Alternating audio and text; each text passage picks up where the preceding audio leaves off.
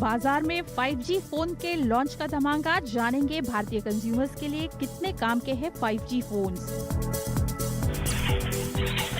Take review में जानेंगे कीमत पर कितना खरा उतरेगा ओप्पो का Reno 3 Pro। और नजर बजट सेगमेंट के बढ़िया कैमरा फोन्स पर। हेलो बॉयज एंड गर्ल्स, मैं हूं शिवानी घरत। 5G का हाइप धीरे धीरे मटीरियलाइज होना शुरू हो गया है। अभी दो चाइनीज मेकर्स ने हाल फिलहाल में इनफैक्ट हमारे देश में 5G फोन्स लॉन्च किए हैं। Realme और iQOO, इन दोनों कंपनीज ने 5G फोन लॉन्च किए हैं और आने वाले दिनों में Samsung, Xiaomi या फिर OnePlus जैसी कंपनियों से 5G फोन लॉन्च होने की उम्मीद है। लेकिन हाँ, खासकर हमारे देश में नेटवर्क की अगर हम बात करें तो नेटवर्क 5G नेटवर्क का ऑक्शन भी नहीं हुआ है और इस नेटवर्क को एस्टैब्लिश करने में अभी भी वक्त लगेगा। तो ऐसे सिचुएशन में क्या आपको एज एन एंड यूजर एक 5G फोन खरीदना चाहिए या नहीं खरीदना चाहिए, ये मैं आज आपको बताने वाली हूं।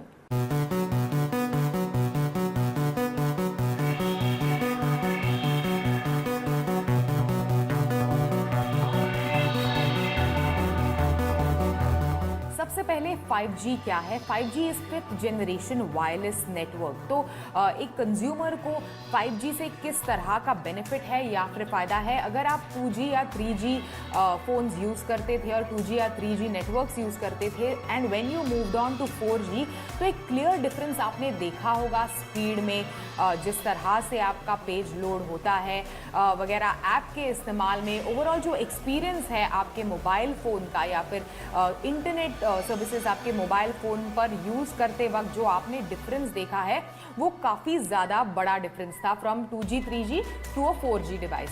लेकिन हाँ, 4G टू 5G अगर आप मूव ऑन करते हैं तो उसमें ज़्यादा डिफरेंस नहीं दिखेगा, खासकर हमारे देश का इतना पॉपुलेशन है उसको कंसिडर करें तो।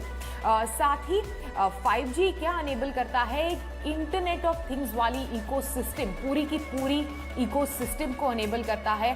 सारे के सारे स्मार्ट डिवाइसेस को अगर आप कंसिडर करें तो आपका इस्तेमाल केवल आपके मोबाइल डेटा का इस्तेमाल है आपके स्मार्टफोन पर, तो जो पूरा कंप्लीट 5G का यूजेज और 5G के यूजेज से जो आपको पूरा फ़ायदा मिलना चाहिए वो मिलना थोड़ा मुश्किल है, क्योंकि आपका अगर प्राइमरी यूजेज केवल मोबाइल फ़ोन ही है तो अगर सारे के सारे स्मार्ट डिवाइसेस को अगर आप इंटीग्रेट करें और साथ ही 5G की मदद से उसे यूज़ करें तो ओवरऑल उसका यूजेज यानी 5G का यूजेज और भी ज़्यादा है as compare to just using it on your mobile phone.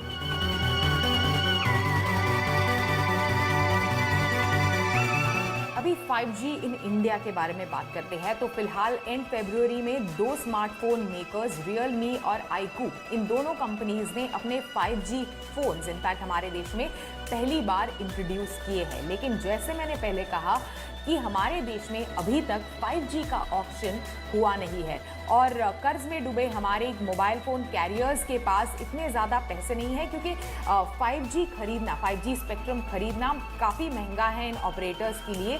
तो पता नहीं कब ये स्पेक्ट्रम के ऑप्शंस होंगे और 5G इवेंचुअली देश भर में एस्टैब्लिश होगा। इनफैक्ट एक हाल फिलहाल में लॉन्च हुई रिपोर्ट के मुताबिक 2023 तक हमारे देश में यानी पूरे के पूरे देश में केवल 5% यूजर्स 5G का इस्तेमाल कर रहे होंगे।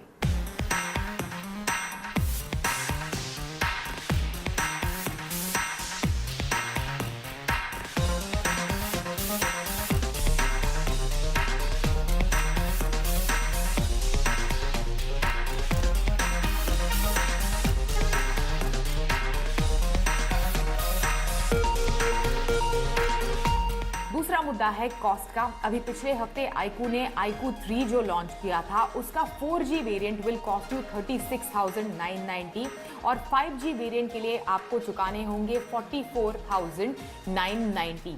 तो 8,000 रुपए ज़्यादा फॉर अ 5G डिवाइस। एक ऐसी सर्विस, और ये इनफैक्ट इस फ़ोन के लिए एक प्रीमियम ऑफरिंग है to have 5G on the phone.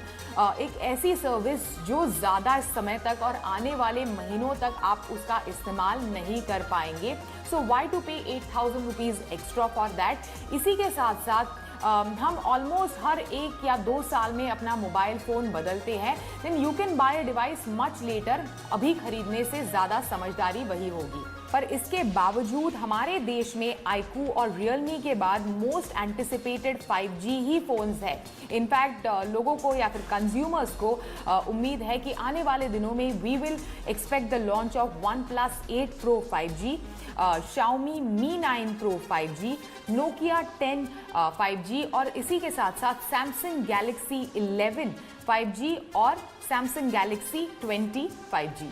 पर इसके बावजूद जाते जाते as a tech show iQOO और Realme के बाद कौन से ऐसे 5G फोन्स हैं जिनसे लोगों की उम्मीदें जुड़ी है। सबसे पहले एक्सपेक्टेड है मई के अराउंड OnePlus 8 Pro 5G। इसी के साथ साथ लोगों की नज़र टिकी हुई है Xiaomi के Mi 9 Pro 5G के ऊपर। मार्च में इनफैक्ट एक्सपेक्टेड है Samsung Galaxy S11 और S20 और इसके 5G वेरिएंट्स भी उम्मीद है कि हमारे देश में लॉन्च होंगे। और इसी के साथ साथ finally we are expecting Nokia 10 5G।